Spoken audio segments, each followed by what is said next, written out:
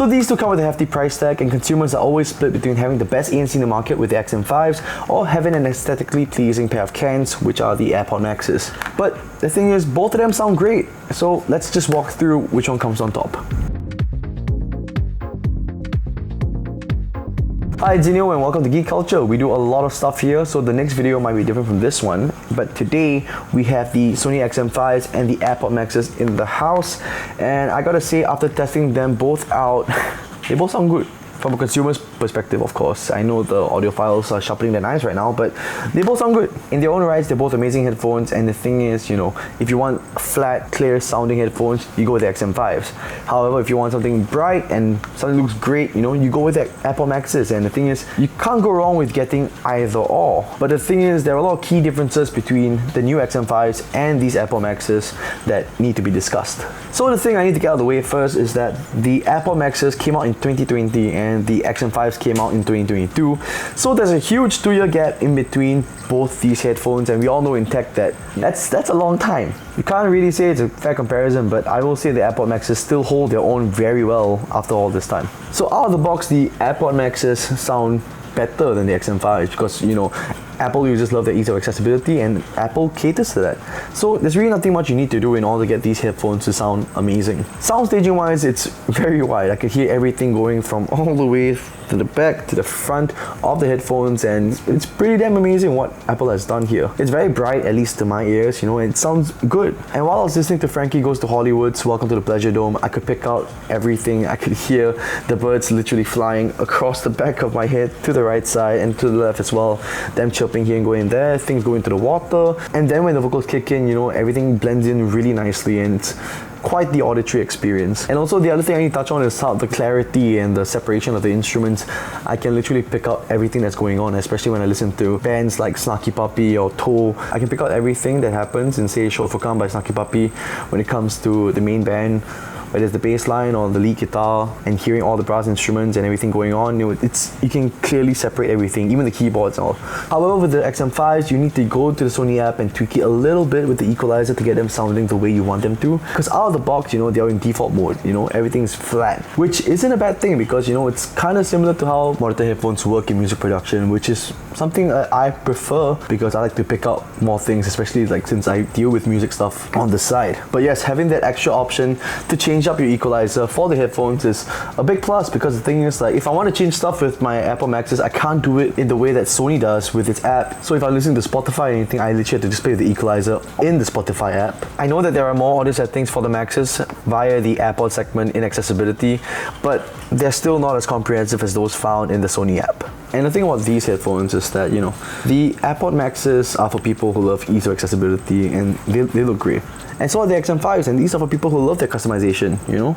So these two cams, they're right on their own ends, but the thing that brings them both together is that they're both great sounding headphones. Here at Geek Culture, we love our keyboards, especially with the all-new Logitech MX Keys Mini. An elegant and functional keyboard, its ultra-responsive rounded keycaps are super stable and quiet for more productivity. There are buttons to enable dictation, microphone audio control, and emojis. The backlit keys illuminate when you get close and matches the lighting of the environment you're in. It lasts up to 10 days on a full charge or 5 months with the backlights turned off. To find out more about the Logitech MX Keys Mini and their latest range of products, head over to logitech.com. Okay, so between the two headphones, right, ANC wise, Sony wins lah.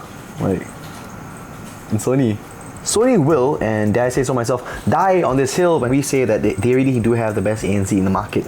With 2 Q&1 chips, right, compared to the 1 Q&1 chip that was in the XM4s, this is Zaki's by the way, this thing when it came out, this was really great. People love this even with the XM3s, what are my XM3s? Thanks.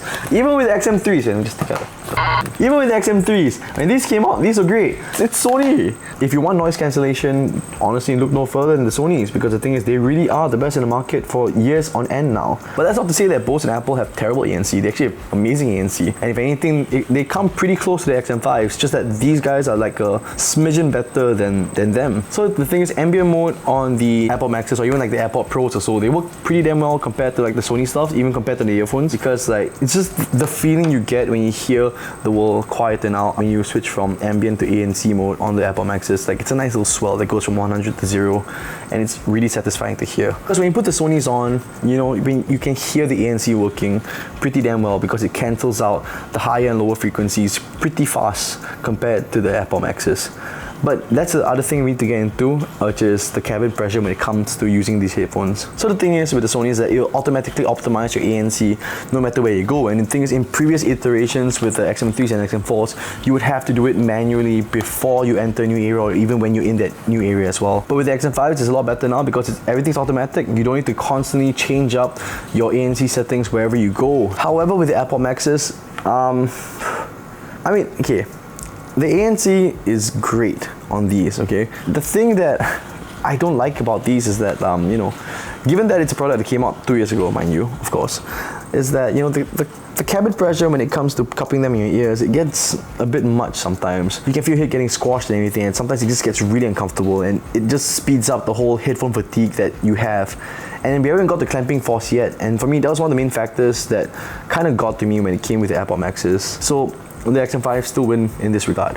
So coming into like how comfortable they are, first off, the weight on the XM5 is coming at 250 grams, and the weight on the AirPods Max is coming at 386 grams, and these things are heavy. You don't need long for the kind of headphone fatigue to set in because, like, it's all made of metal. The headband's great and all, it's really comfortable on the top, but when it comes to the clamping force and everything, it does get very heady after a while. So everything else aside, both companies tout that their microphones on both headphones offer great clarity when it comes to speaking into them for calls and all. So we're going to go into the street and just see how well these two hold up.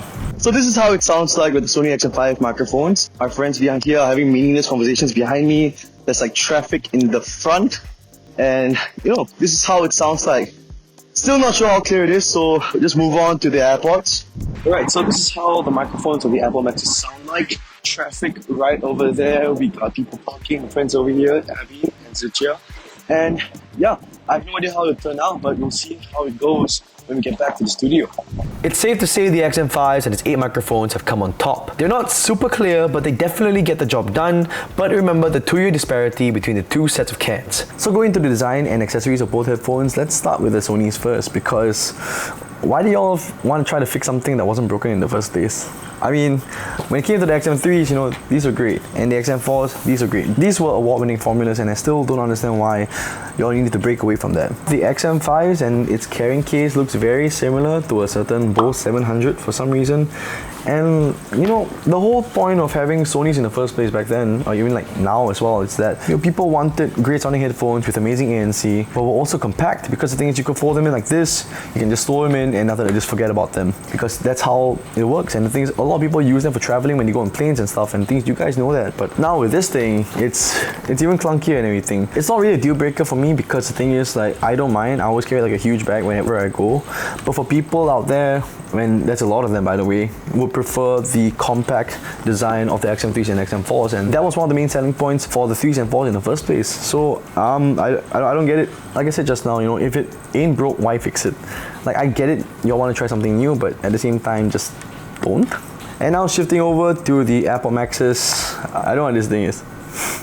Every time I put them in my bag, right, I'm so afraid that some way, somehow, like, I'll snap off the headband for some reason. And like, I know that, it's important to, protect the main cans, but at the same time also, like, I would love some coverage on the headband as well. And like, not to say that they're not sturdy at all. These things are hella sturdy.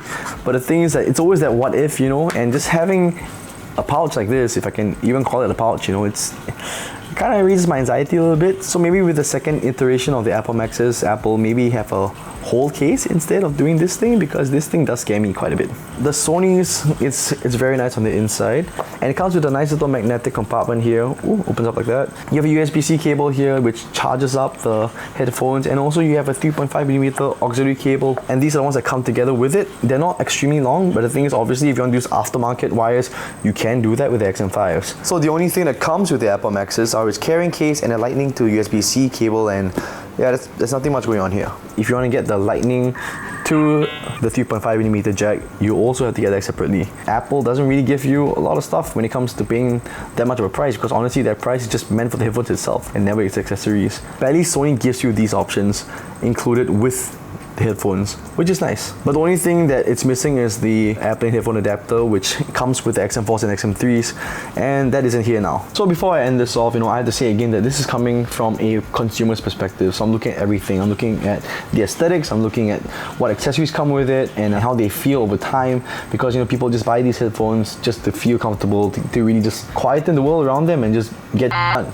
The XM5s come in at $399 USD and the Apple Maxes come in at $549 USD. And that's a significant difference right there in price point. So if you're looking for something that's more bang for your buck, especially if you're an Android user or an Apple user, the XM5s are right there for you guys. And yeah, it's a well-rounded package with a ton of accessories, a ton of options for you guys to consider.